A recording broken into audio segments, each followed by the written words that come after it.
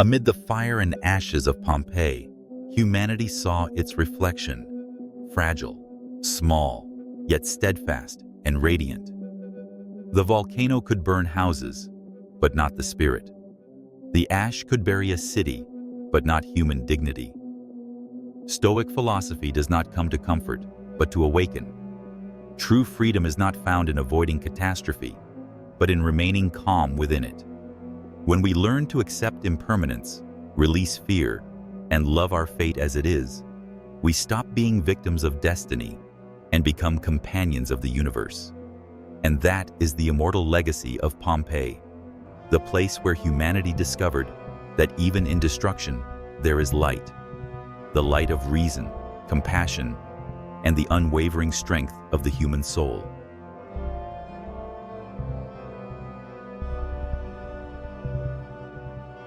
In 79 CE, the city of Pompeii, the jewel of the Roman Empire, was swallowed by a sea of ash.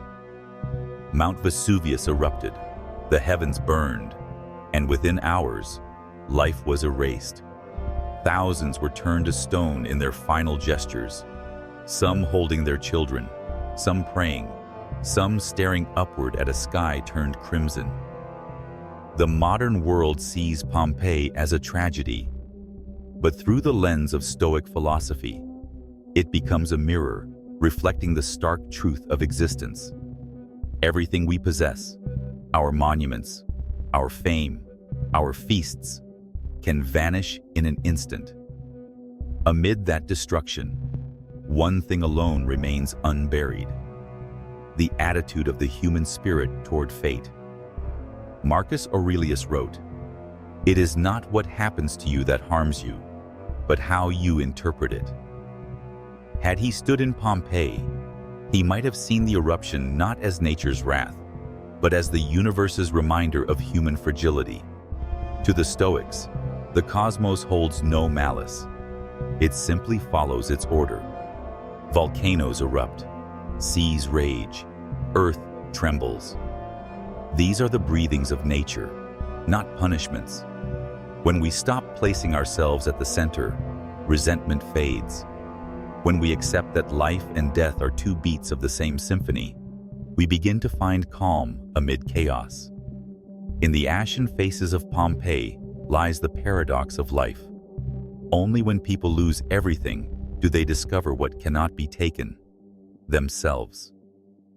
Those final expressions, frozen in time, are not just relics of destruction, but symbols of the spirit's endurance. Bodies may fall, but dignity endures. The Stoic sees in this the ultimate trial, not to defy destiny, but to meet it with serenity. For only when we stop fearing what is inevitable do we become truly free. Epictetus, once a slave, captured this truth in a single line: "No man is harmed except by his own consent." Fire may consume homes, but not integrity. Ash may bury cities, but not the light of reason. In the final moments before death, what remains is not wealth, but composure. The calm prevail. The frantic die before the flame even touches them. That is why the Stoics train the mind to face all things, because while no one escapes the laws of nature, anyone can choose how to meet them. Pompeii is more than a city entombed. It is an eternal lesson. The steadiness of the mind can outlast even annihilation. When we gaze upon its ruins, we should not only see death, but a reminder to live awake. For everything we love today may vanish tomorrow. Yet rather than fear, the Stoic chooses gratitude. Gratitude for breath, for love, for the awareness of existence itself. Only by embracing life's impermanence do we truly live. That is the other fire that never dies, the fire of awareness, the flame that survives even when Pompeii turns to ash.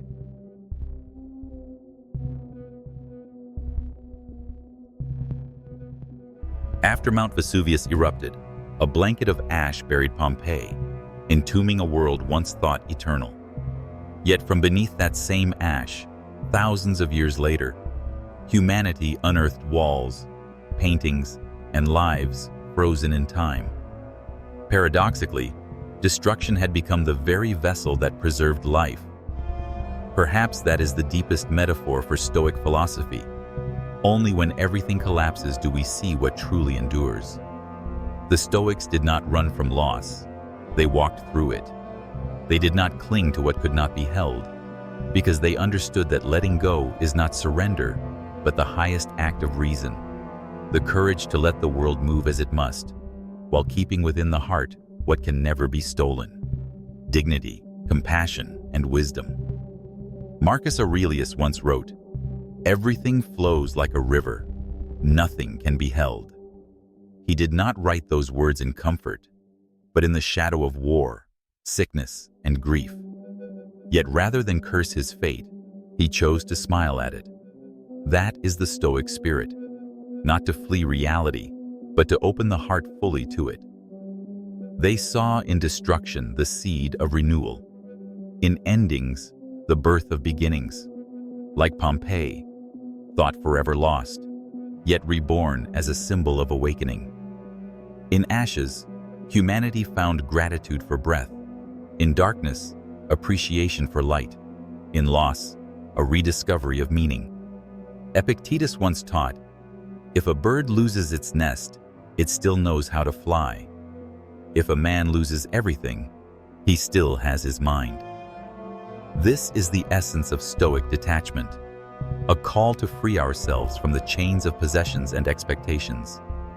The Stoics did not deny pain. They simply refused to let it enslave them. Emotions are waves. They rise and fall. Only the rock of reason remains. When we cling to what is gone, we imprison ourselves in the past. When we learn to release, we step toward freedom. In this way, Pompeii becomes a lesson in letting go.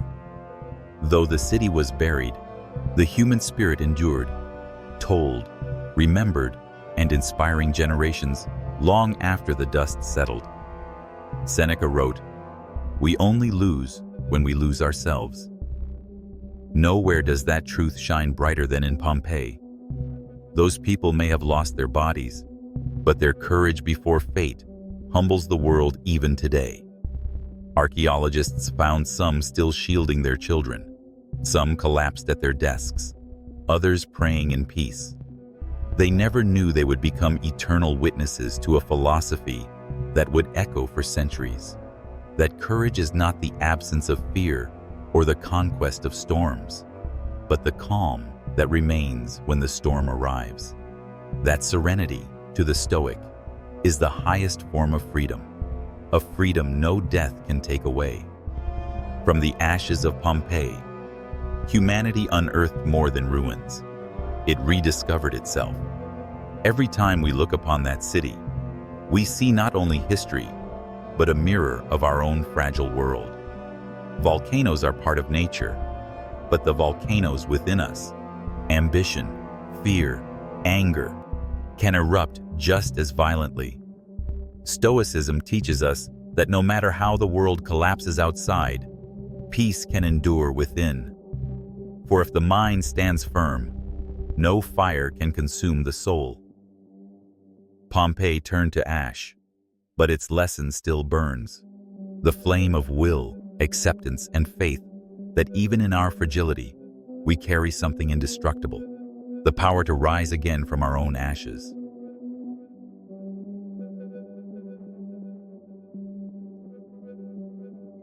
In the ashes of Pompeii, where humanity faced impermanence in its rawest form, we begin to understand that acceptance is not weakness, but the highest form of wisdom.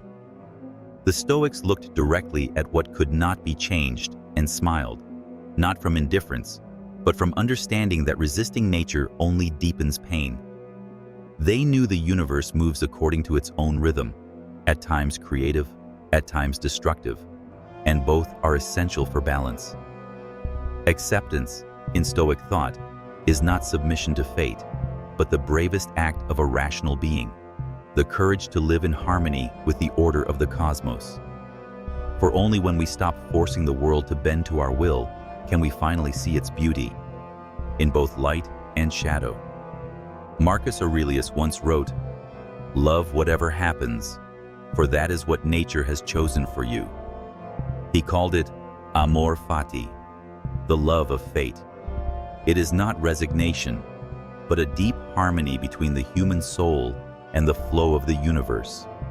When we learn to love even what causes us pain, we free ourselves from fear. When we can be grateful for what we lose, we find peace. And when we learn to say yes to life, no matter how harsh, it ceases to be our adversary and becomes our companion. The Stoics teach that serenity does not come from eliminating suffering, but from understanding that everything has its reason to exist, even pain itself, the silent teacher of the soul. Epictetus once said, "When you cling to what was never yours, you will suffer when it's gone. But if you know it was only lent to you by the universe, you will smile when you return it." Within those words lies the Stoic art of letting go. To the Stoic, everything, from possessions to loved ones, even one's own life, is a temporary gift. They receive with gratitude, and when it's time to part, they do so without lament, knowing that the universe owes no one anything. It is this worldview that grants them peace, even amid loss. When a person learns the art of returning, they no longer fear endings. They move through life lightly, like a falling petal, knowing that their brief existence still completes the grand design of creation. Seneca reminded us, "Nothing is truly ours, not even ourselves." For the modern mind, this truth lands like thunder. We spend our lives grasping for fame, love, wealth, youth, and suffer as each slips away. The Stoic, however, chooses to enjoy without clinging. They understand that change is what gives life its beauty. A radiant sunrise fades, but it teaches us to cherish the light. A loved one departs, but their presence teaches us the meaning of love. To be calm in the face of impermanence is not to reject emotion. It is to love life wholly, knowing that nothing in it lasts forever. When we look upon Pompeii, once drowned in fire and ash, now a beacon of human understanding, we realize that acceptance does not extinguish hope, it sustains it. For only when we accept that everything can be lost do we learn to cherish what remains. The Stoic does not wish for a world without change. They strengthen their mind to remain still within it. And in that stillness, they find the strength to be reborn, not in body, but in spirit. Pompeii teaches us that even when the world falls apart, the human soul can rise, brush off the dust, and smile again. For tranquility is not the escape from impermanence, it is the art of loving it.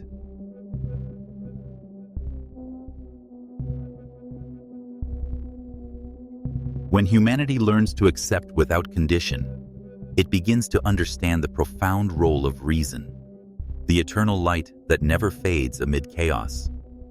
To the Stoics, reason is the most sacred gift the universe has bestowed upon humankind. It separates us from blind instinct and prevents us from being swept away by the violent tides of emotion. In the storm of fear and anger, reason is the lighthouse keeping the ship of the mind from crashing against the rocks. When Pompeii burned, thousands panicked, yet some faced the flames in calm.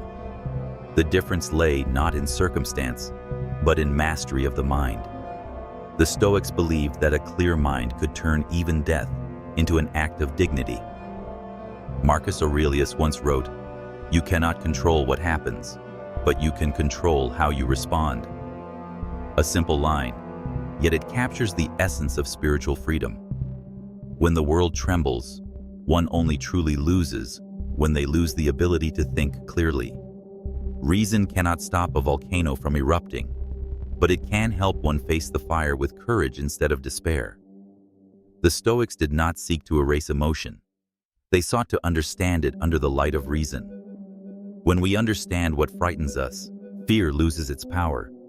When we recognize that pain is inevitable, pain no longer paralyzes us. And when we see life and death as two halves of one law, we stop fearing either. Epictetus taught his students, "Reason is like a sword. It grows sharp only through practice." He wasn't speaking of knowledge, but of the ability to stay calm amid adversity. The Stoic trains daily to make reason a reflex, like a warrior who never lets go of his blade. When insulted, he does not respond with anger. When faced with loss, he does not panic. When confronted by death, he does not beg, but smiles. For them, reason is not merely a tool for thought, but a shield protecting the soul from chaos. Through reason, they saw in every disaster not an ending, but a test, a chance to strengthen the spirit. Seneca wrote, "The wise man does not seek to escape suffering, but to use it."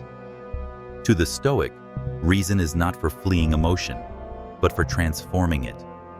When fear arises, they observe it. When anger burns, they converse with it. When despair visits, they listen.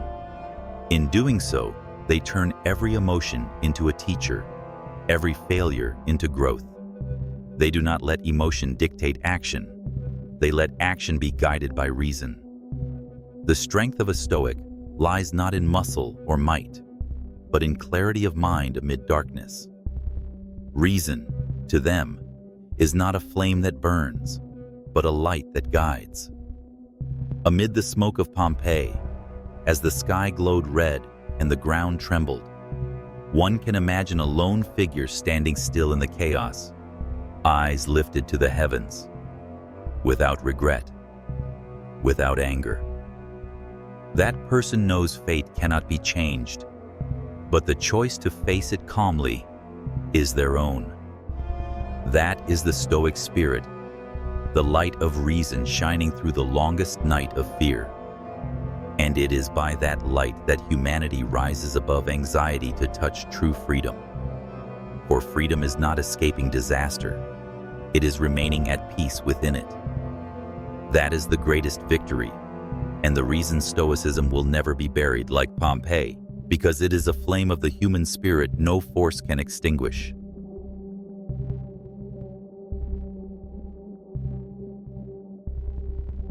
If reason is the lamp that lights the path through darkness, then courage is the step that dares to move forward even when the road ahead is covered in ash.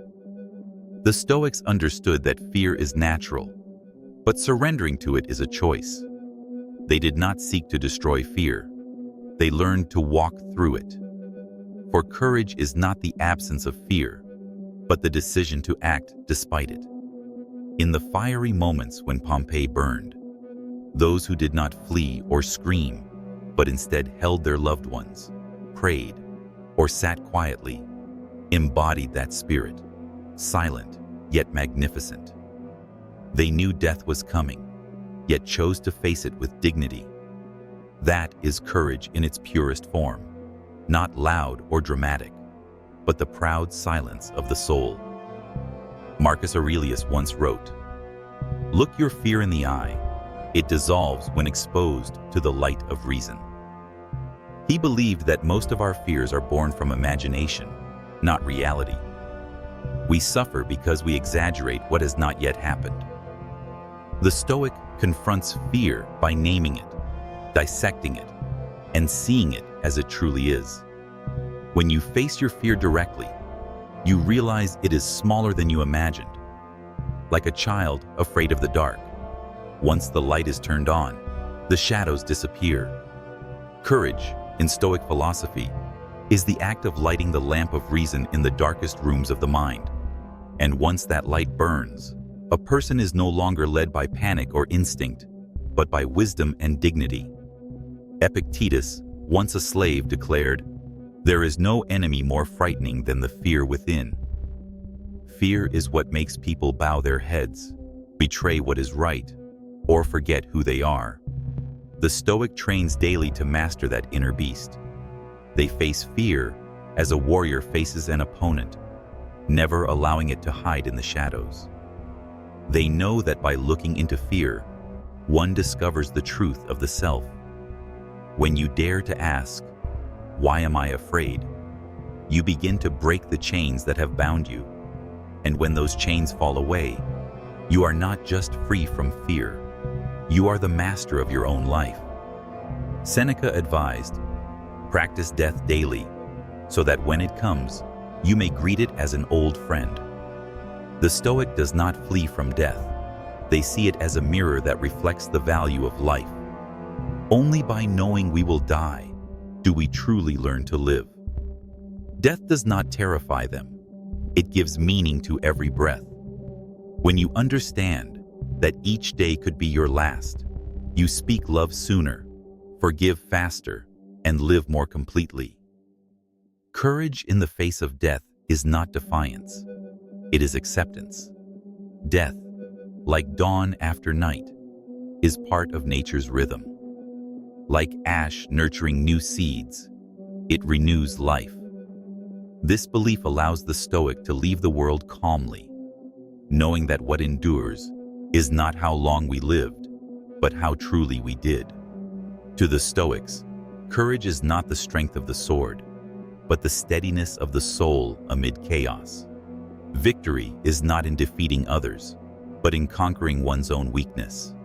Pompeii may have been destroyed by the fire of nature, but the human spirit is only consumed when fear extinguishes reason.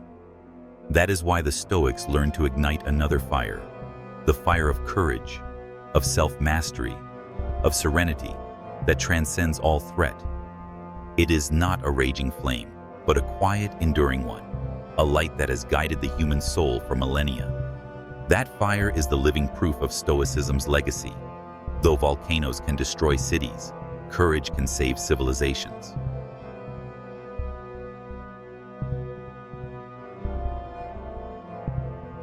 When a person becomes brave enough to look their fear in the eye, they begin to touch the deepest kind of freedom, the freedom of the mind. The Stoics believe that no one is truly imprisoned unless they consent to be. Chains can bind the body, but not the thoughts. Prisons can contain flesh, but not the spirit. Epictetus, who lived much of his life as a slave, knew this truth better than anyone. Even under torment, he said, "You can hurt my body, but you cannot make me hate you." That is the freedom the Stoics spoke of, a freedom that does not depend on power, but on mastery. Mastery over one's emotions, one's reactions, one's inner world. When we are no longer ruled by desire or fear, we become our own masters. And in that moment, even standing amid the ashes of Pompeii, a person is freer than any emperor upon his throne. Marcus Aurelius, though an emperor, reminded himself daily, "Do not let the throne become your chain." He understood that power, fame, and wealth are illusions when one has lost inner freedom. To the Stoic, freedom is not doing whatever you want, but not being enslaved by what you want. When we crave too deeply, we become slaves to craving. When we fear too strongly, we become slaves to fear. True freedom begins when we realize that nothing outside of us truly holds power, unless we give it power. This is why the Stoic remains calm in loss, unshaken by death. They have reclaimed the noblest power of all, the power to choose their own attitude. Seneca once wrote, "The rich man is not the one who has much, but the one who needs little." A simple sentence, yet the essence of spiritual freedom. When a person no longer depends on possessions to feel safe, they become unshakably strong. The Stoic does not deny the pleasure of comfort, but refuses to let comfort define them. They can live in a palace or a hut and still be at peace.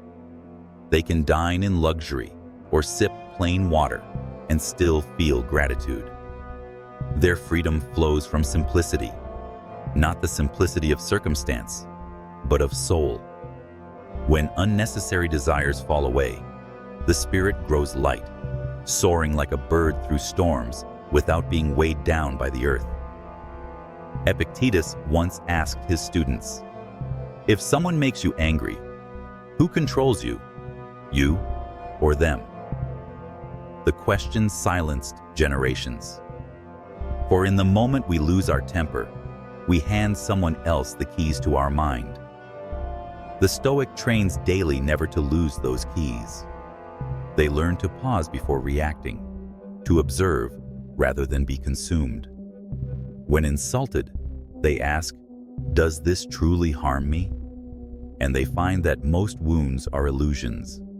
When you no longer let others control your emotions, you gain a freedom no one can steal. That peace needs no fortress, no weapon, for nothing can harm the one who governs himself.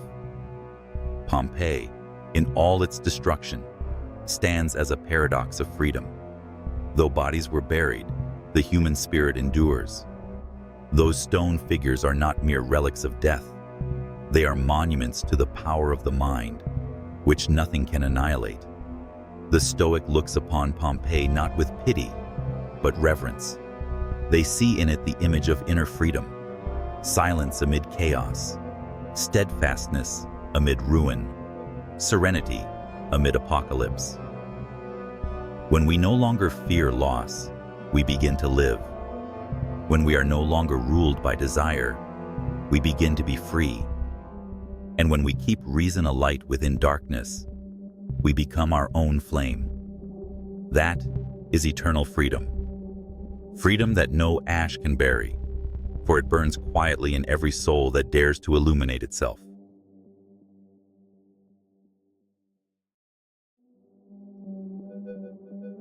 When a person has found freedom within, they step into a higher realm, the realm of awareness.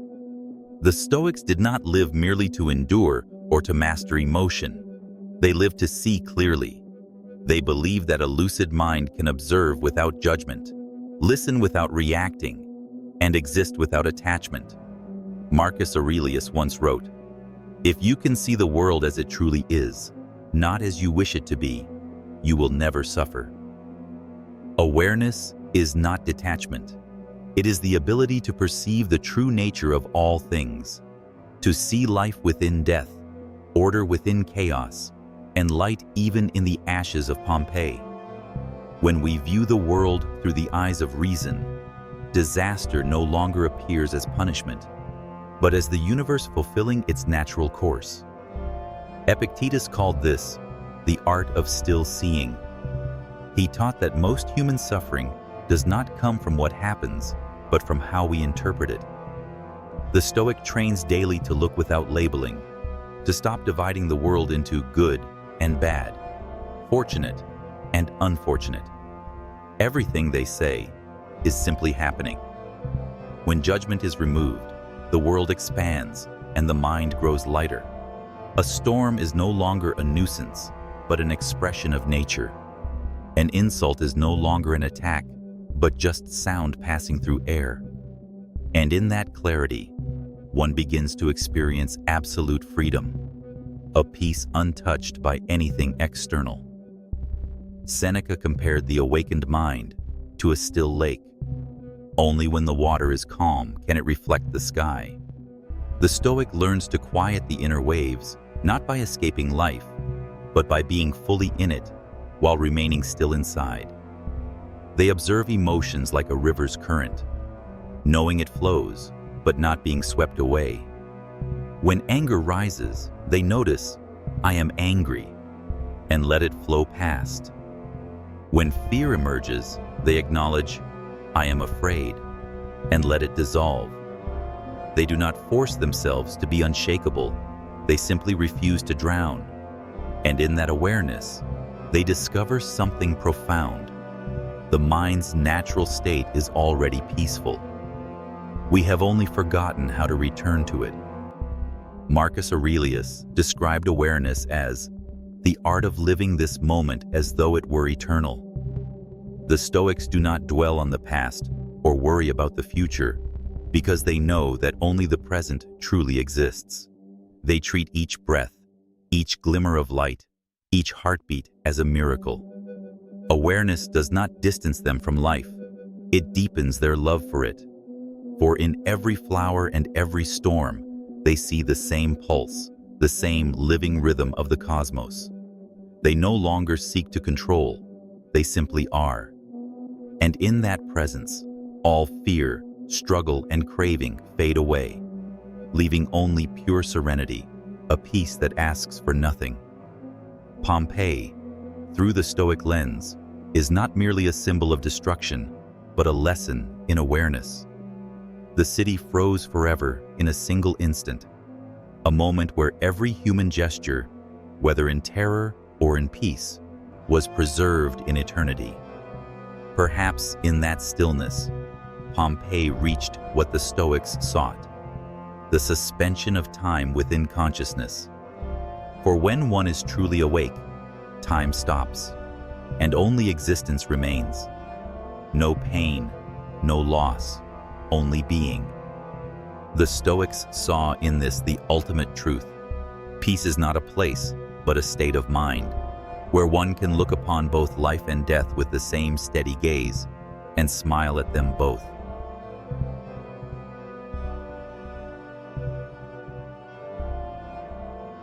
When the mind has awakened, it begins to see the world through the eyes of gratitude. In that light, even ashes have their beauty.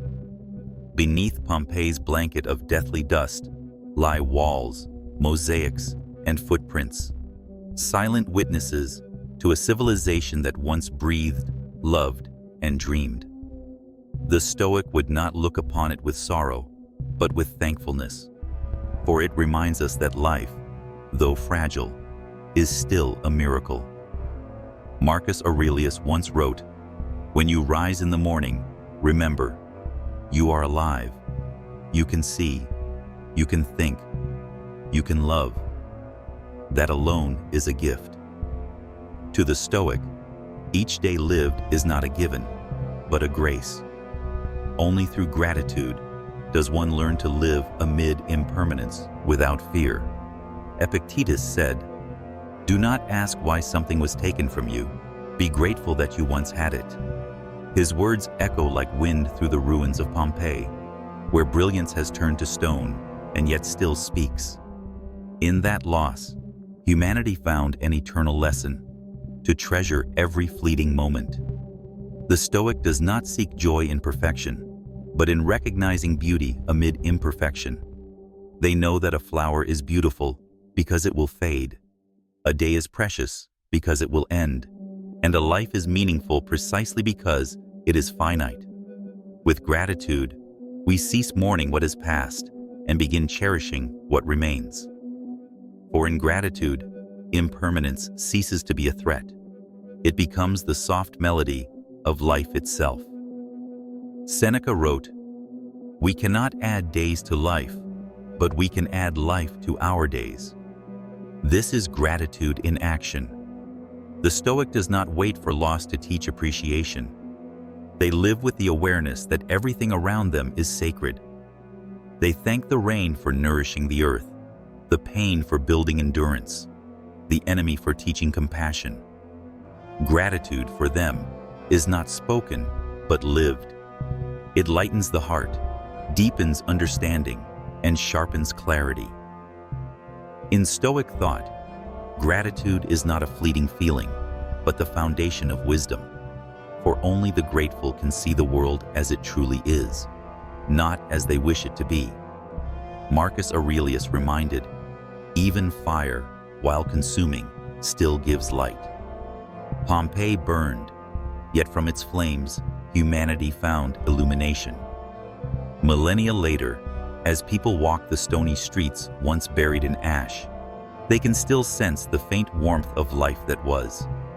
The Stoic bows before this, not in pity, but in reverence. They understand that every being, however brief its existence, adds a note to the universe's eternal symphony.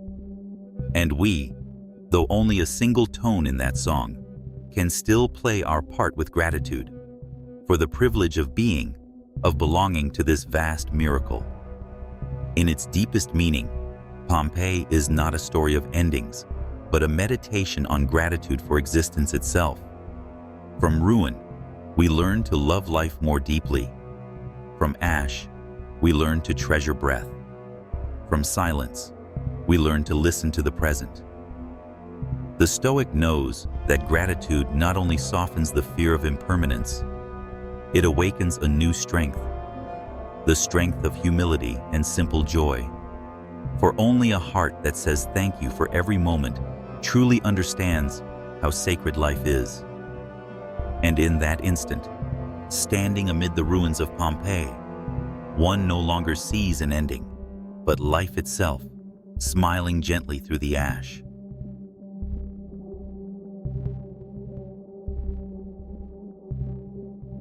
When a person has learned to be grateful for existence itself, they reach the highest summit of Stoic philosophy, amor fati, the love of fate. Not merely acceptance, not endurance, but love for everything that happens. It is when one no longer separates joy from suffering, but sees both as two sides of the same coin, the coin called life. Marcus Aurelius wrote, "Love what happens, for it is what nature has chosen for you." To the Stoic, loving fate is not surrender. It is living fully within whatever the moment offers. For they understand that the universe makes no mistakes. Every event, even the devastating ones, exists for a reason. And if we can look with an open heart, we will see within ruin an invisible order, and within pain the quiet hand of eternal wisdom. Epictetus, once chained, beaten, and stripped of freedom, told his students, "Do not wish the world were gentler. Wish instead to be strong enough to love it as it is." That is the spirit of amor fati. To love fate is not to force joy, but to recognize that everything is necessary for the soul's growth. Without loss, we would never understand love. Without darkness, we would not cherish light. Without Pompeii buried beneath ash, humanity might never have realized its smallness before nature. The Stoic gazes upon both tragedy and wonder with the same calm eyes, the eyes of one who has learned to love the whole of life, leaving nothing out. Seneca wrote, "No wind is favorable to the sailor who does not know where he is going." Once one loves fate, every wind becomes favorable. When pain comes, the Stoic says, "This is my lesson." When failure strikes, they say, "This is my path." When joy arrives, they smile, but do not cling. When sorrow visits, they bow, but do not fall. For love of life is not a fleeting delight, but a profound harmony between self and universe. They do not seek to bend the world to their will. They bend their will to move in tune with the world. And in that harmony, they discover what no power can bestow: serenity in every storm, freedom in every condition, and peace in both gain and loss. Marcus Aurelius also wrote, "Even the fire, as it consumes, lives according to its nature." To the Stoic, Pompeii was not simply a city destroyed, but a symbol of the cosmos renewing itself. The ashes were not an ending, but a beginning of another cycle. If we love fate, we no longer fear death, for we know that life only changes form. Like the fire that consumed a city, but cast its light across millennia, humanity too lives on, not through perfection, but through love. Amor fati is not merely a philosophy, it is an art of living, turning every event into material for gratitude, and every loss into an opportunity for deeper understanding. The Stoic loves fate not because they are immune to pain, but because they understand that pain is sacred to growth. When one loves fate, one stops asking, "Why is this happening to me?" and begins asking, "What can I learn from this?" That single change of question transforms an entire life. When we stop fighting, the universe stops being our adversary. When we learn to love what cannot be changed, Life ceases to be a battlefield and becomes a companion. And in that love, one finds absolute peace, not because the world has quieted, but because the mind has. That is when amor fati ceases to be words on a page and becomes a living flame, a quiet fire within the heart, warming us through the long nights of the human journey.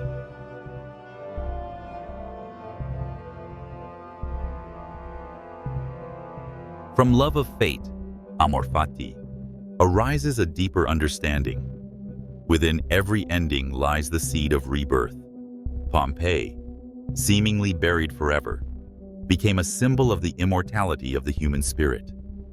Beneath its ashes, people discovered faces, homes, and murals, as if time itself paused to preserve the memory of a civilization that once breathed, loved, and dreamed. The Stoic sees this and understands. Death does not destroy the soul. It releases it from its form. The spirit, nourished by reason, courage, and love, can never be buried. Even as the body turns to ash, the meaning of life continues to rise, like smoke drifting toward the heavens, merging with the cosmos. Marcus Aurelius wrote, "All things dissolve to make way for what follows. This is nature's law, the rhythm of the universe." The Stoic does not fear death, for they see it as the condition that allows life to exist. Rebirth does not always arrive with blossoms and song. Sometimes it comes in silence, as Pompeii was reborn in humanity's memory. Every statue, every fossilized form, reminds us that while bodies perish, virtues endure: courage, dignity, faith. Thus, in those ashes, the Stoic sees not loss, but transformation. An existence purified, freed from shape, leaving only essence, meaning, and legacy. Epictetus once said, "No one can take from you the good you have given to the world." His words echo across millennia, touching the hearts of those who gaze upon Pompeii today. Every citizen, every child, every mother of that city lives on, in the collective memory of humankind. This, the Stoics called the immortality of the spirit. They believe that one dies only when they cease to live by eternal values: courage, reason, love, and compassion. Whoever keeps these alive to their final breath transcends death itself. Like Pompeii's fire, which destroyed yet engraved human virtue into history, not through fame, but through character. Seneca wrote, "A great soul is never buried in the earth, for such a soul is energy, and energy never dies, it transforms." The Stoic smiles at this cycle. Today I die, tomorrow I become wind, cloud, or wave. They understand that death is not erasure, but metamorphosis. Just as a seed must break to grow, a human must dissolve to reach a higher form of life. Thus, Pompeii is not merely ruin. It is a doorway to awareness, a revelation that those who live with virtue never truly vanish. And this is the final message of this first journey, where fire and ash merge with Stoic wisdom to form an eternal truth. Humanity may lose everything: possessions, cities, even bodies. But a steadfast soul and love of life are immortal. Pompeii died only in the eyes of those who see an ending.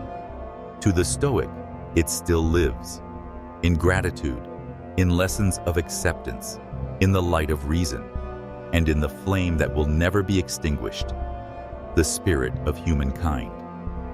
From those ashes, we see not a city destroyed, but a species reborn. For only through destruction do we rediscover what we truly are: light, which no fire can ever burn away.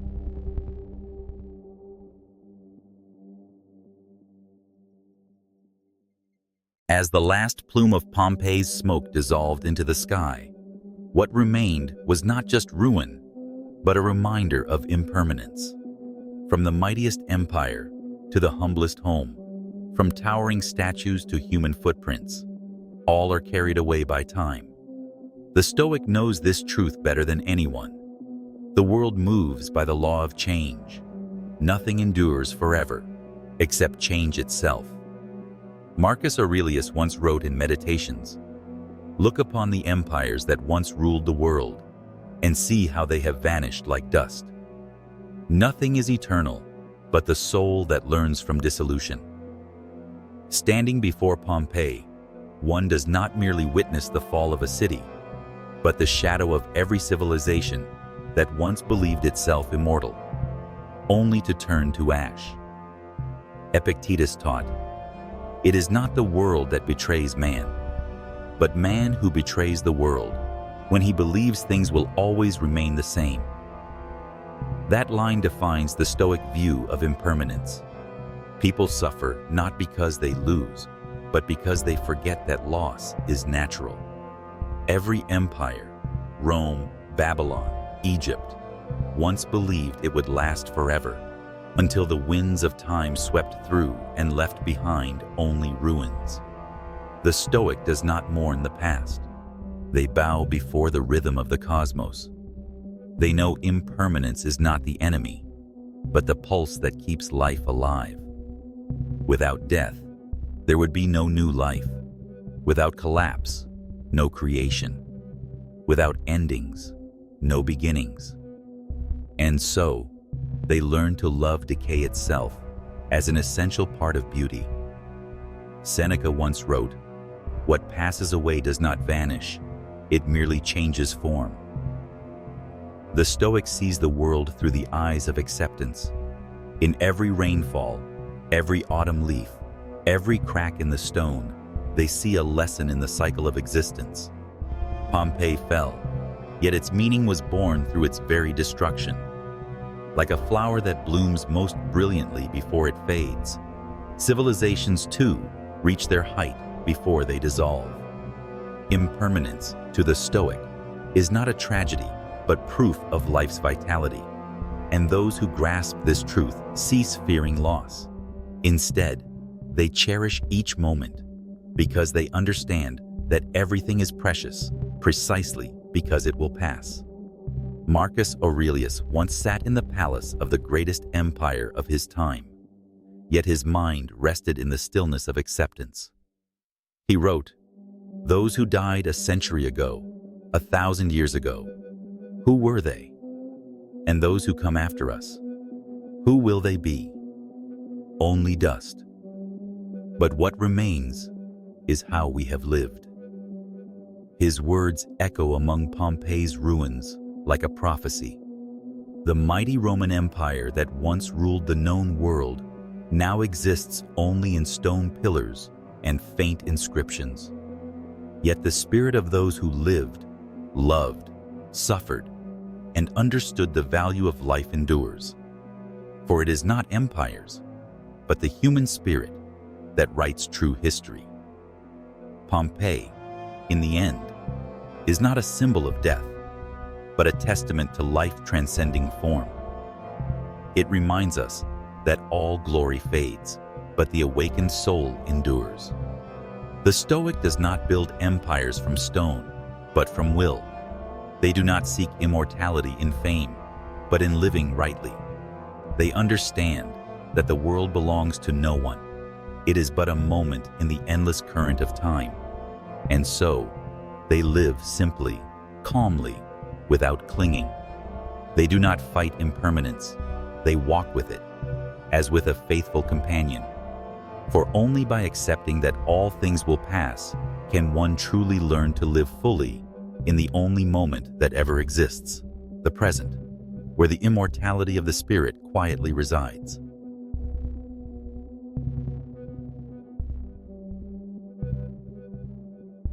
After realizing the impermanence of the world, the Stoic turns their gaze deeper, toward the nature of time itself, that which humanity so often fears, yet is in truth its greatest teacher. Pompeii was buried in ash, yet it was time that transformed tragedy into wisdom. Time does not destroy, it refines. It takes away what is trivial to preserve what is essential. Marcus Aurelius once wrote, "All things are carried away by time, yet nothing is ever truly forgotten by it." For time engraves only what is worthy, not palaces or gold, but the traces of the human spirit. To the Stoic, time is not the current of loss, but the rhythm of truth. It teaches us what to let go of, what to hold on to, and above all, how to live. Seneca, in his letters to Lucilius, reminded us, "It is not that we have too little time, but that we waste so much of it." The Stoic treats every hour, every minute as sacred. They do not fear aging, for they do not measure life in years, but in depth. To them, a single day lived with full awareness is worth more than a century lived blindly. Thus, time is not a thief. It is a mirror, reflecting how we are spending our existence. Pompeii fell in a moment, yet the Stoic sees within that instant the possibility of eternity, if one truly lives within it. Epictetus once asked his students, "If you had only one day left to live, what would you do differently?" For the Stoic, that question is not a warning, but a daily exercise. They live each day as if it were their last, not with fear, but with calm clarity. And because of this, they do not waste time on hatred, envy, or resentment, for they know such things are but shadows drifting through the endless flow of time. They do not race against the clock. They walk beside it, listening to the heartbeat of each moment. In Stoic philosophy, time is not measured by clocks or calendars, but by the presence of the mind. When we are fully present in the now, time stops. And that is the only form of immortality humans can ever know. Marcus Aurelius once pondered, "If the universe endures forever, what meaning does a human life hold?" And he answered, "To live in harmony with one's nature, within the span that has been given." That insight shines like light through Pompeii's ruins. For though the city existed only for a brief chapter of history, it lived fully. It loved, it created, it left its mark upon the earth. That is something time cannot erase. The Stoic understands that meaning is not found in the length of one's days, but in the quality of one's awareness. If we are grateful for each sunrise, cherish each sunset, and love every soul that crosses our path, then even a single day may contain a lifetime. To the Stoic, time is the fairest of all gods, for it treats everyone the same. It favors neither the rich nor the poor, neither kings nor commoners. It asks only one question: how did you live your share of it? That is the question Pompeii leaves for those who come after. When we look upon its petrified statues, we do not see endings. We see reminders that all will pass, and only what we sow with our souls will remain. The Stoic smiles at this truth, for they do not seek to conquer time. They live in harmony with it. They know that whoever lives rightly has already triumphed over time. For though time may sweep away all things, it cannot erase a soul that has lived with awareness and love.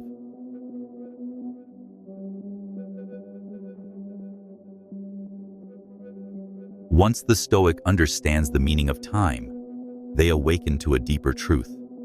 The only thing that can truly live forever is not the body, nor fame, nor monuments, but the legacy of the spirit.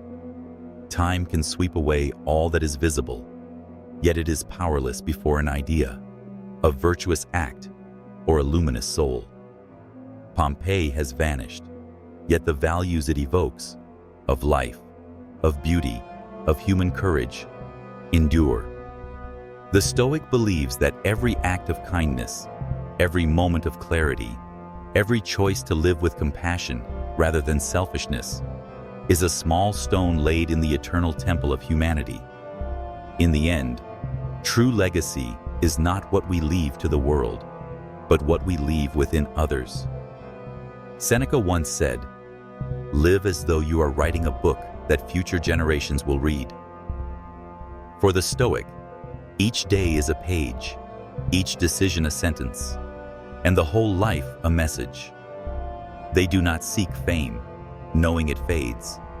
They seek lasting influence, not through power, but through the example of character.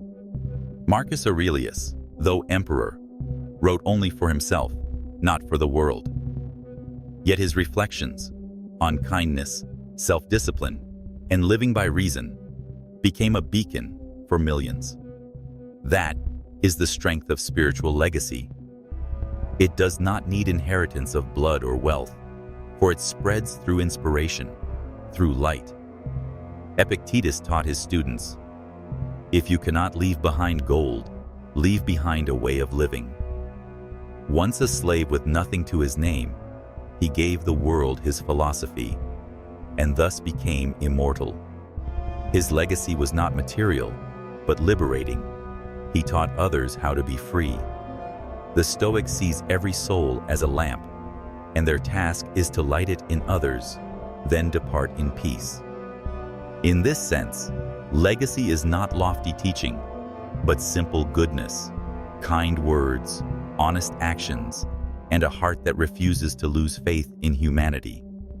Such things, though small, transcend the limits of time. Marcus Aurelius once reflected, "You will soon be forgotten, but if you live rightly, what you have sown will never die." This is not despair, it is awakening. The Stoic understands that while names may fade, the spirit of our actions lives on in generations to come. Like seeds that decay in the earth, only to grow into forests, our deeds, rooted in virtue, outlive us. We do not need remembrance, for the world continues to be nourished by the energy we once gave. Pompeii may have turned to ash, yet the spirit of its people, their love, resilience, and creativity still flows through the veins of humankind. That is why spiritual legacy is the only form of immortality untouched by time. The Stoic does not ask, "How much wealth will I leave behind?" but rather, "How much better will the world be because I lived?" They know that one noble soul can awaken hundreds of others, and that is how humanity truly evolves, not through war or empire, but through the spread of compassion and wisdom. Pompeii, in its silence, left a wordless legacy. That beauty may be buried, but creativity cannot die. The Stoic lives by that belief, striving to become part of that legacy, not through grand achievements, but through living in truth, so that when they depart, the world shines a little brighter because they once walked upon it.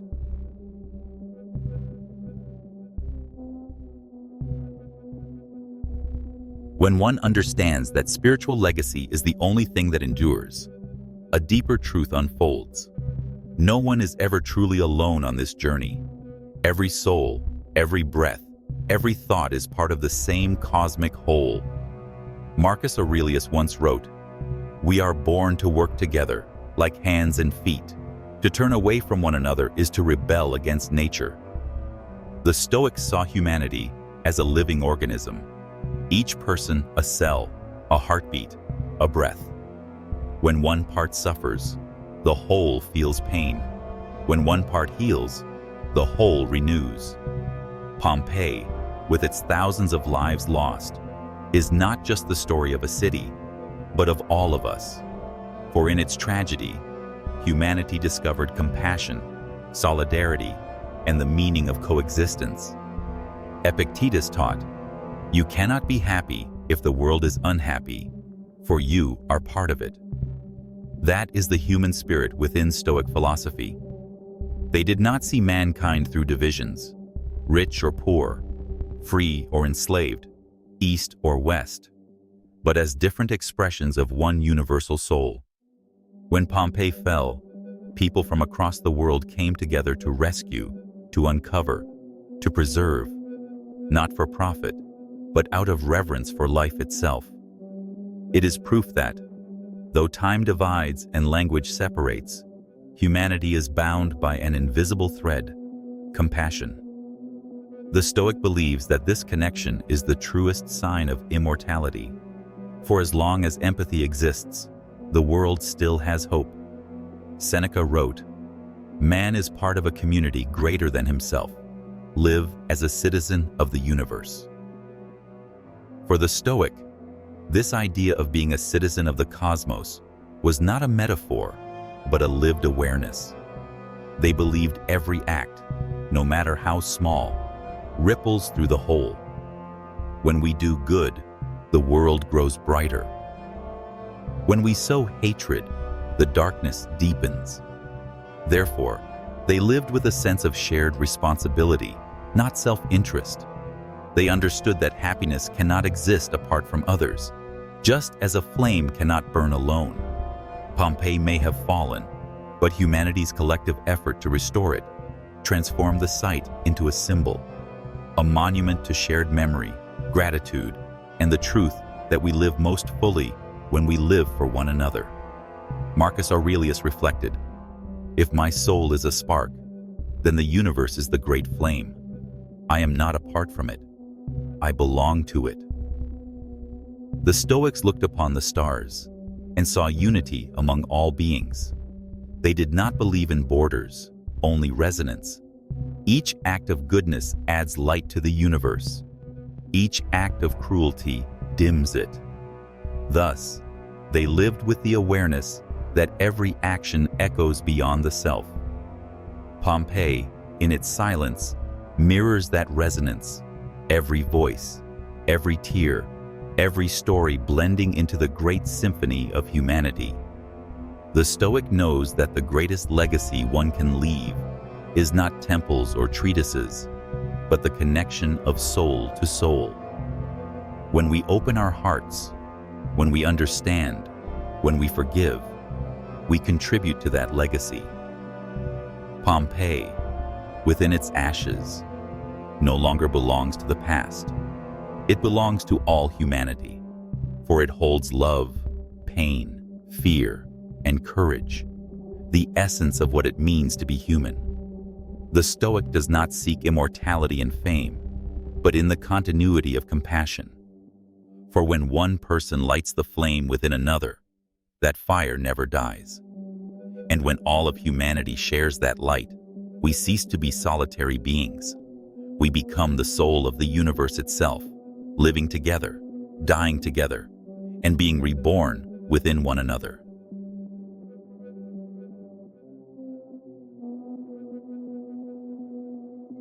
When humanity realizes that each person is but a fragment of a greater whole, they begin to understand the sacred power of forgiveness. Without understanding, the world becomes a battlefield of egos. Without forgiveness, the heart becomes its own prison. The Stoics believe that forgiveness is not weakness, but the strength of one who has transcended pain.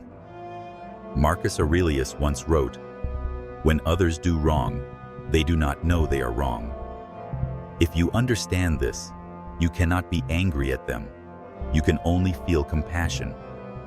Those words open the door to the wisdom of mercy.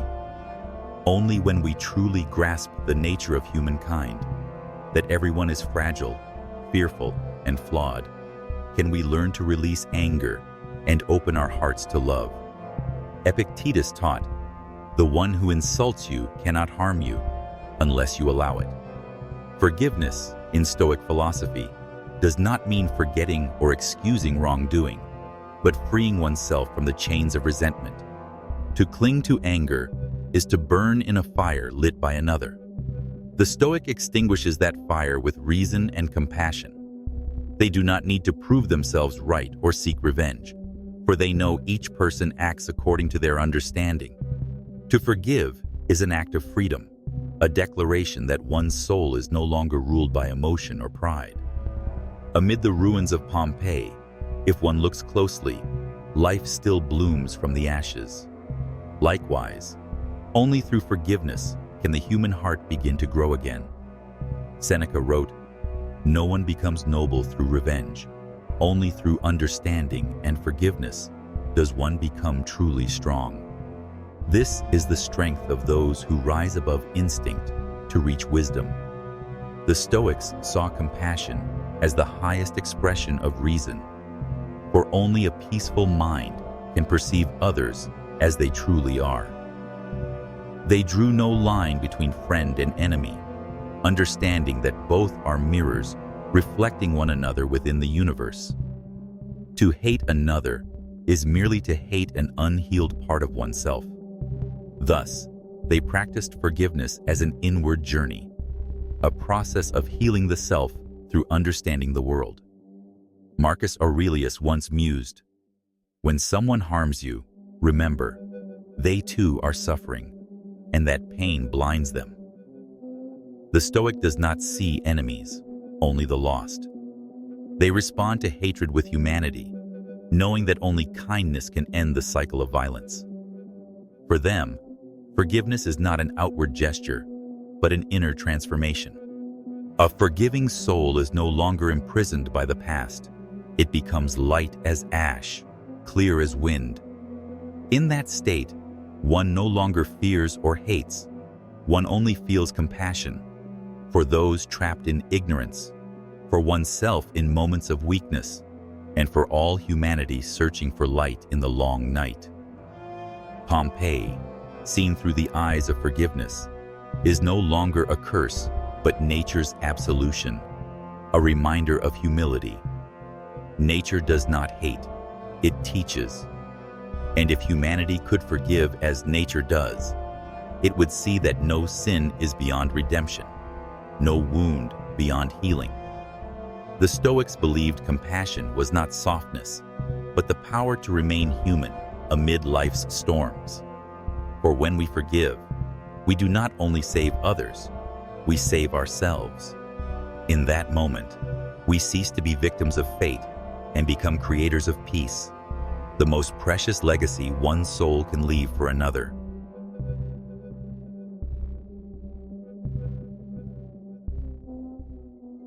When humanity learns the strength of compassion, they take the next step toward a higher state, inner peace, a serenity untouched by the chaos of the world. The Stoics understood that we cannot control the storms, but we can learn to steer the ship of our mind. They did not seek peace by escaping life, but by finding stillness within it. Marcus Aurelius once wrote, "Whenever you are disturbed by external things, return to yourself." Nowhere can man find a quieter or more untroubled retreat than within his own soul. This is the essence of Stoic wisdom. Peace is not a reward, but a discipline, honed through every breath, every choice, and every response to life.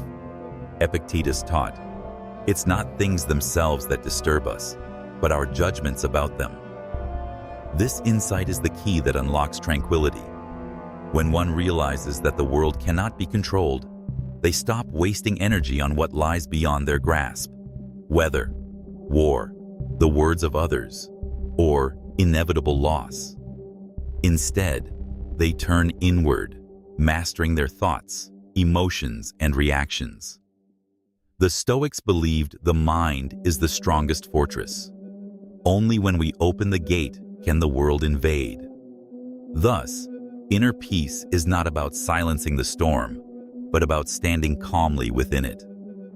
Just as Pompeii was buried beneath ash, yet preserved its spirit across millennia, the Stoic soul endures, serene amid destruction and time.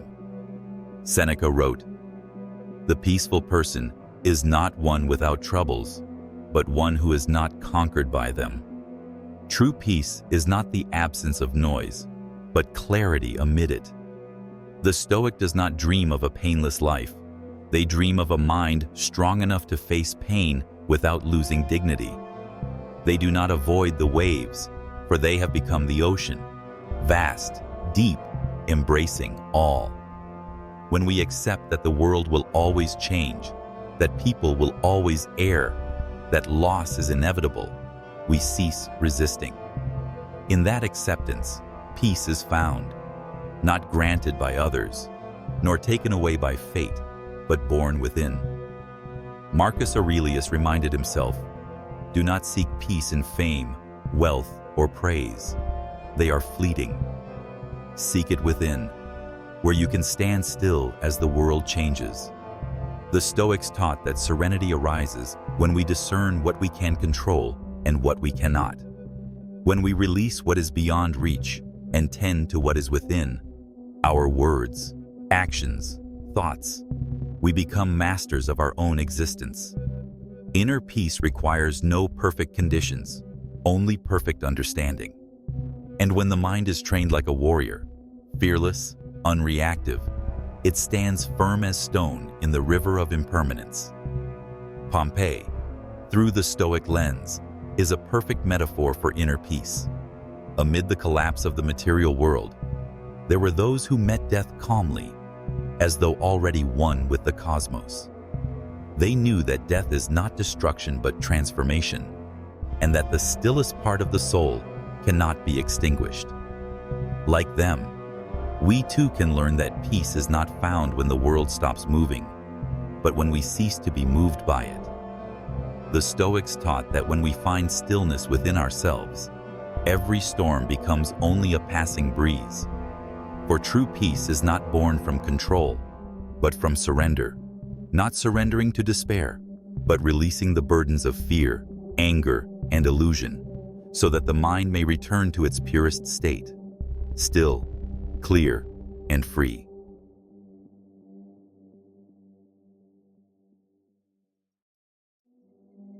When humanity discovers inner peace, they realize that serenity is not the destination. It is the doorway to enlightenment. The Stoics understood that stillness is not an escape from life, but a clearer way of seeing it. In silence, one hears the echoes that noise conceals. In calm, one perceives the truth beneath illusion. Marcus Aurelius wrote, "When your mind is still, the universe will speak to you." And in that stillness, one no longer views the world through the eyes of fear or desire, but through the wisdom of understanding, that everything has its place in the vast order of nature, that nothing happens by accident, and that all is part of the lesson the soul must learn. Epictetus said, "Enlightenment does not come when you learn more, but when you let go of more." This is the awakening the Stoics sought, not through knowledge, but through simplicity. When a person releases the craving to possess, stops seeking joy outside themselves, and ceases to argue with fate, they begin to see that peace is the soul's natural state, always there, merely hidden by fear and longing. The Stoic does not search for enlightenment in temples or rituals. They find it in every moment of life, in breath, in footsteps, in the silence between heartbeats. They understand that truth needs no journey outward, for it already resides within, waiting to shine once illusion has dissolved. Seneca wrote, "The wise man does not flee the world, he perceives its essence." In Stoic thought, enlightenment is not withdrawal from the human realm, but freedom within it. The enlightened do not fear suffering, nor chase happiness, for they understand both as movements in the same symphony. They no longer ask, "Why did this happen to me?" but rather, "This happened for me." Every event, harsh or gentle, is a whisper from the universe, guiding the soul toward a deeper stage of awareness. Pompeii, in this light, is not tragedy, but revelation, a moment when nature taught humanity about impermanence, limitation, and the beauty of acceptance. Marcus Aurelius advised himself, "Learn to see everything as part of one whole, as blood flowing through the same body." At enlightenment, the boundary between self and world dissolves. We no longer see ourselves as observers, but as part of what is observed. The pain of others becomes our own. The joy of the world becomes ours. This is the awakening of compassion, where intellect and love merge.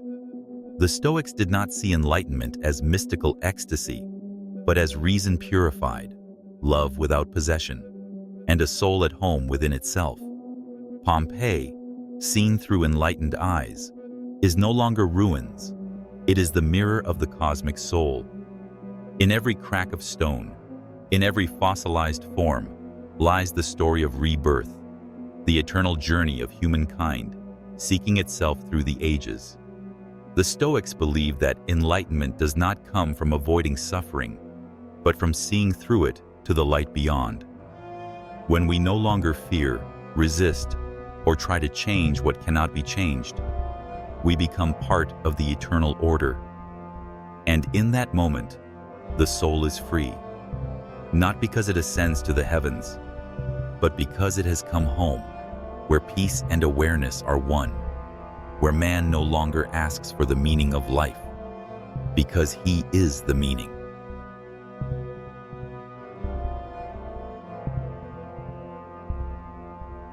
When humanity reaches enlightenment, they no longer see themselves as isolated beings adrift in the vast universe, but as a heartbeat within the living heart of the cosmos itself. The Stoics understood that everything, from the smallest grain of sand to the most distant star, is woven from the same fabric and governed by the same sacred order. Marcus Aurelius wrote, "The universe is a living being. Reason is its soul, and we are each a cell within it." When this truth is realized, one ceases to seek domination over nature and begins to live in harmony with it. The universe is not an enemy to be conquered, but a teacher to be listened to. Every gust of wind, every crashing wave, every shift in fate is the breath of the cosmos, and the awakened soul is the one who can hear its rhythm in the movements of life. Epictetus taught, "Live as a part of the whole, not as though the whole exists to serve you." Within that single sentence lies the essence of cosmic harmony. The Stoics saw themselves as drops within the ocean, each with its own form, yet never separate from the sea. When one grasps this, rebellion against the laws of nature fades. Resentment toward fate dissolves. The Stoic knows that the universe does not act against us. It moves for us, guiding us to our rightful place within the grand order.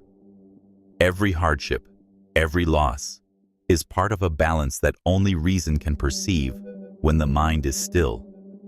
And when we release the smallness of ego, we begin to feel the pulse of the universe in every breath, a connection so deep that all anxiety disappears, leaving only gratitude for being part of this divine motion.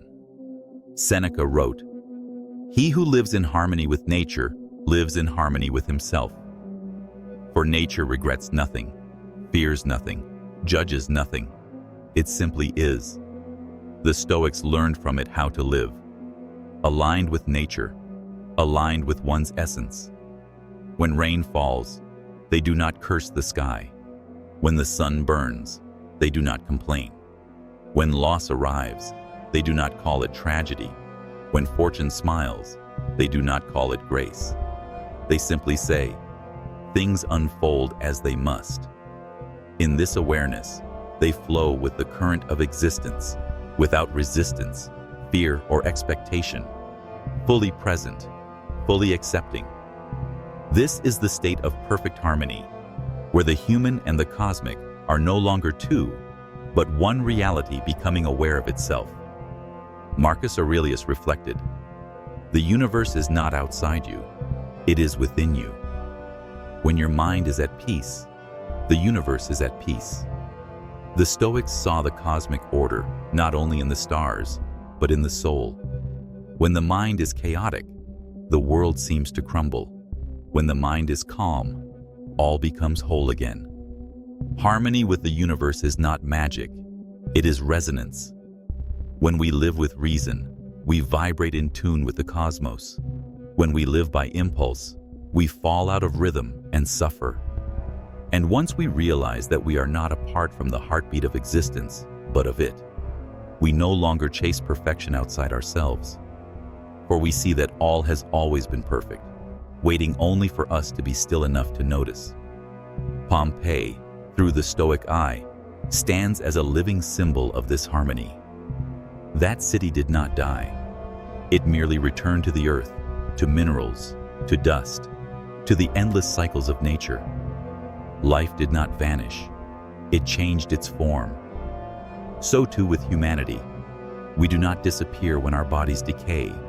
We rejoin the current of the universe. Like dew melting into the sea, like breath returning to wind.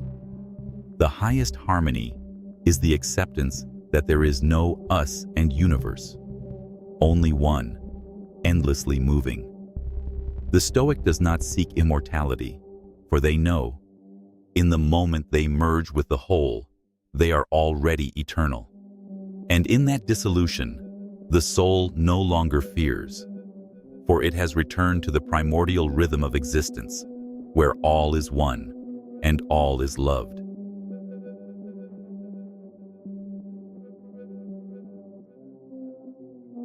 When the human soul becomes one with the universe, its evolution enters a higher phase, transcendence. Here, the boundaries between self and everything dissolve.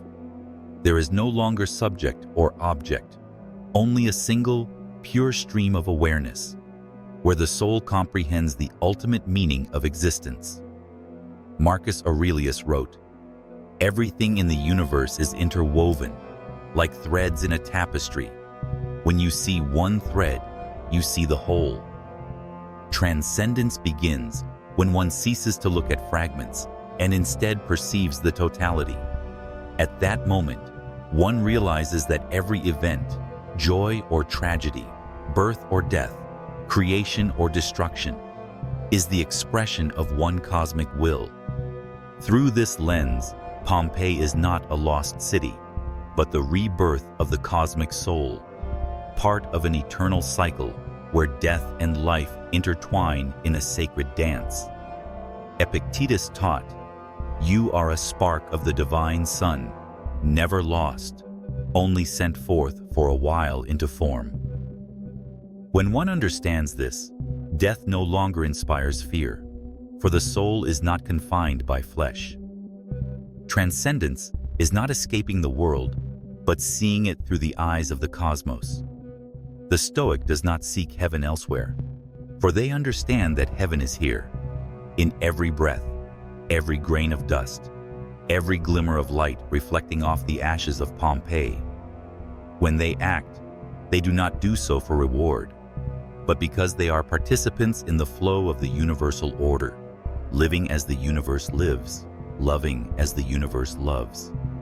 They understand that life's meaning is not found in victory or defeat, but in being a single note within the grand symphony of existence. Seneca wrote, "When the soul unites with the reason of the universe, it becomes part of the eternal."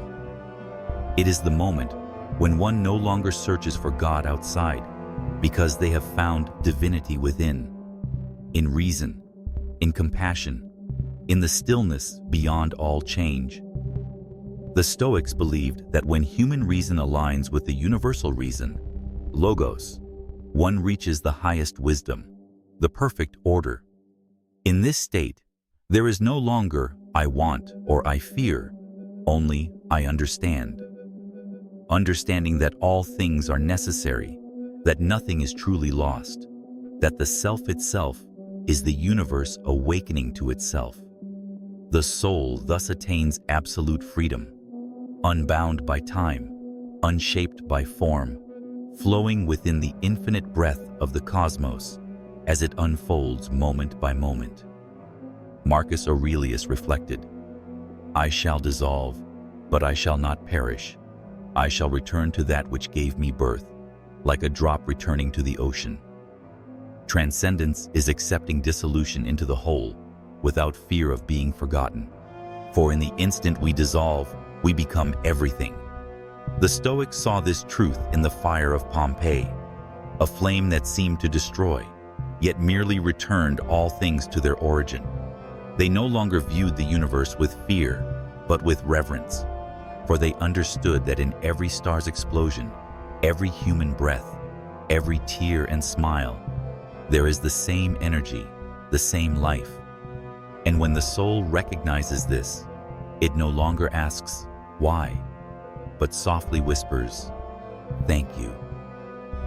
Pompeii, from the height of transcendence, becomes the image of sacred union between humanity and the cosmos. Its ashes have mingled with the air, seeped into the earth, flowed in the rivers, perhaps even through our veins today. Nothing is ever truly lost, only transformed. And the soul, upon reaching transcendence, understands that this is the ultimate meaning of existence. All is one, all is eternal, for nothing lies outside the breath of the universe. The Stoic smiles before this law, knowing that when the soul has merged with the cosmos, there is nothing left to fear, nothing left to desire, only the infinite stillness of understanding and love, where man returns to his truest essence, light.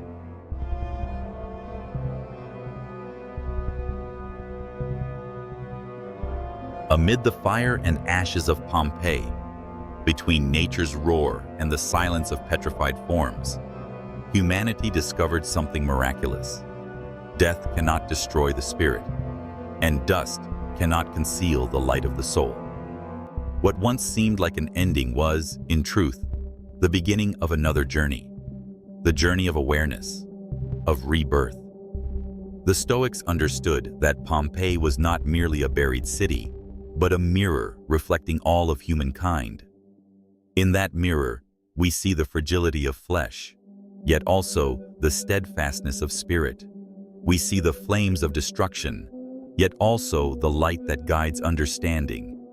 That fire did not only burn houses, it consumed mankind's illusion of material immortality, so that from the ashes, they might rediscover the immortality of the soul. Marcus Aurelius wrote, "You were born from the universe, and you will return to it. So live in a way worthy of that gift." That statement embodies the essence of the Stoic path. For this philosophy does not merely teach endurance. It teaches how to live with awareness, to love amid impermanence, and to die in peace. When the flames of Pompeii rose, the Stoics did not see punishment, but the lesson of cosmic order, where everything unfolds precisely when it must. There is no chance, no injustice, only cycles of birth and dissolution, through which the human soul continually matures. And because they understood this, they did not complain, did not curse, did not beg. They simply lived with awareness, with dignity, with the deepest love for existence itself. Epictetus said, "Do not ask the universe why. Ask yourself, am I living according to reason?" The Stoic found freedom not in the answer, but in asking the right question. They knew that no one escapes suffering, but everyone can choose how to face it. Pompeii teaches us that even amid chaos and despair, there were those who remained calm, whose reason and compassion still shone through.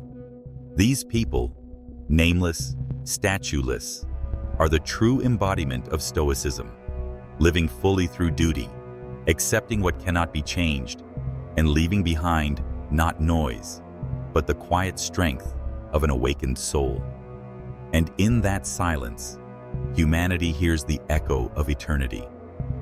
Seneca wrote, "Nothing is ever truly lost.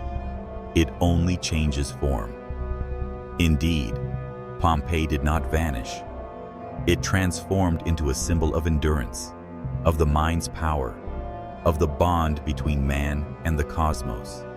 Each stone, each fresco, each fossilized imprint is a note in the grand symphony of time, where Stoic philosophy is no longer a doctrine, but a rhythm of life, a rhythm uniting reason and emotion, action and contemplation, humanity and the universe. Within that rhythm, the Stoic no longer stands apart, but flows with all things. They no longer ask the purpose of existence, for they have become existence itself. And that is the highest form of wisdom. When one ceases to try to understand the universe and instead lives as the universe, understanding itself. And so, from the fire of Pompeii, Stoic philosophy emerges from the pages of books as a symphony of intellect, compassion, and the cosmos. It is no longer the dry words of philosophers, but the heartbeat of life itself, pulsing in every breath, every tear, every serene gaze in the face of impermanence. This philosophy reminds us, intellect teaches us to understand, compassion teaches us to love, and the universe teaches us to belong. When these three unite, humanity attains true freedom, freedom from fear, from desire, from the smallness of ego. Pompeii, once the emblem of destruction, becomes the emblem of life, of light. And in that light, humanity no longer seeks immortality, for they have already become part of it, flowing eternally within time's current, held in the vast embrace of the universe, where even fire and ashes sing the hymn of eternity.